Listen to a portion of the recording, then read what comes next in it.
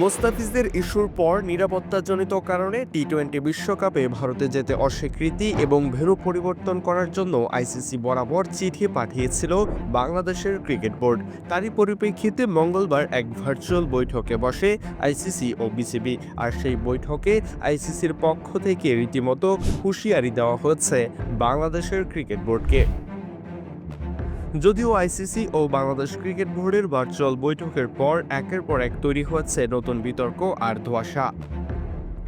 জনপ্রিয় ক্রিকেট ভিত্তিক website ESPN cricket ইনফোর তথ্য অনুযায়ী আইসিসি বাংলাদেশের সেই অনুরোধ নাকচ করে দিয়েছে এবং জানিয়ে দিয়েছে টুর্নামেন্টের অংশ নিতে হলে বাংলাদেশকে ভারতে গিয়েই খেলতে হবে। প্রতিবেদনে আরও দাবি করা হয়েছে, ভারতে খেলতে না গেলে পয়েন্ট হারানোর ঝুঁকির কথাও বিসিবিকে মনে করিয়ে দিয়েছে বিশ্ব ক্রিকেটের এই নিয়ন্ত্রক সংস্থা।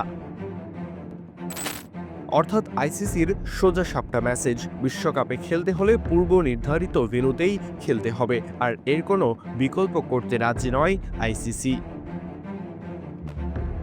তবে বিসিবির পক্ষ থেকে স্পষ্ট জানিয়ে দেওয়া হয়েছে, আইসিসির কাছ থেকে তারা এমন কোনো আলটিমেটাম পায়নি। দুই পক্ষের এমন বিপরীতমুখী বক্তব্যের পর আসল সিদ্ধান্ত নিয়ে ধোঁয়াশা তৈরি হয়েছে। এমনকি বৈঠকের ফলাফল নিয়ে এখন পর্যন্ত আইসিসি বা বিসিবি কেউ কোনো আনুষ্ঠানিক বিবৃতি দেয়নি।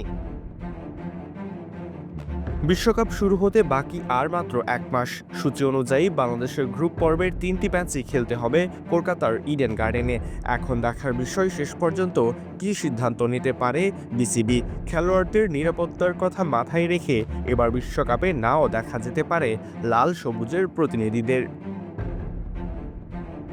সরাজয়ন, ডি স্পোর্টস।